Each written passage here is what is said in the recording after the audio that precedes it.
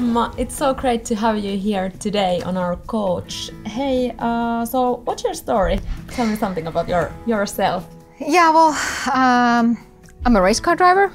Started when I was 3 years old, drove my first race when I was 5, and now doing it professionally, being 31 at the moment. So that's basically it when we check the athlete part of my life. But then at the same time, I'm a mother and I have a husband and all that. So I have my little own family too, and being an athlete and mother at the same time is quite wonderful. Yeah, I can believe that. And then you are a motivational speaker and host, and you have done all of these digital events during this year. So what inspired you to become a public speaker? Well, good question. Speaking has never been a problem for me in a way, I think you will notice. I guess I was already quite at young age. I thought that okay, if I'm not becoming an athlete and if I cannot become a Formula One driver, that was my dream, obviously.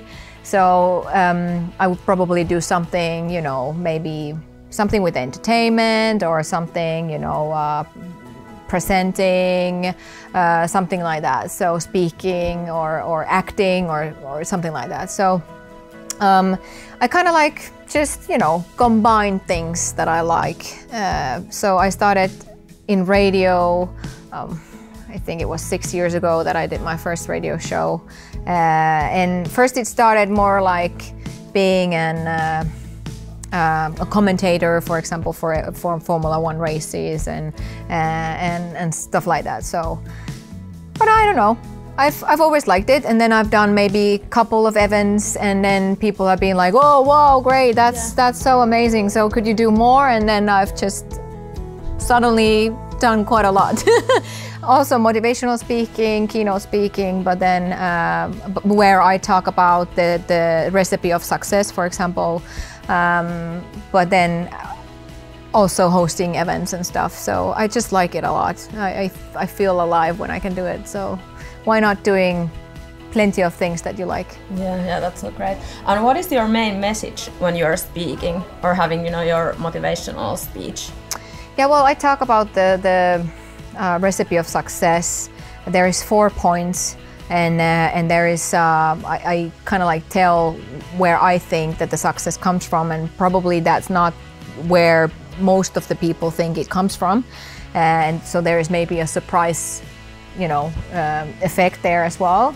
I talk about quite a lot of identity and how we see ourselves, and also about over trying and maybe how to come back from difficult times and stuff like that. So it's more like inspirational and motivational speaking about when things are not going your way, what can you do to just make your life better, and how can you overcome those problems? Yeah. And hey, do you have any advices that you would like to give to people who wants to be a public speaker or who wants to increase the speaking skills?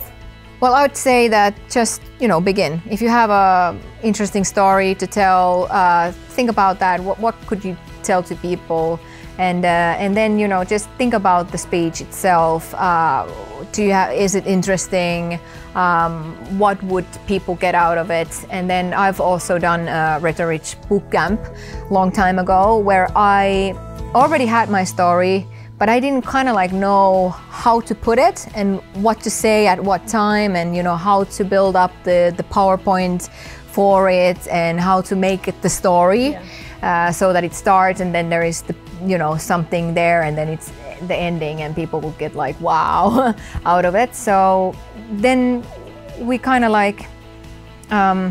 there were many people who were helping, and we were together thinking about it and thinking, okay, what we could add and maybe take away and all that. So just ask people and try to get into a community in a way. For example, my speaker community, it's great because everybody helps each other, and then this rhetoric is awesome, could tell you what to improve and what not. So yeah, true. Hey, and then one last question I would love to ask you.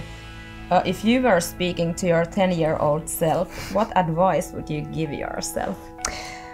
Well, I would just, probably say that good work and just keep on doing what you're doing now. Because when I look back, there is no mistakes that I regret. There is nothing that I would do differently in a way. Because, the life has treated me in a way, and then all those things that has happened kind of like for a reason and made me the one I am today. So more or less, just like give myself a little boost, like, yeah, you just, believe in yourself and just keep on doing what you're doing and believe in your dreams and follow them and never stop. That's so important. Yeah. Thank you, Emma. Thank you.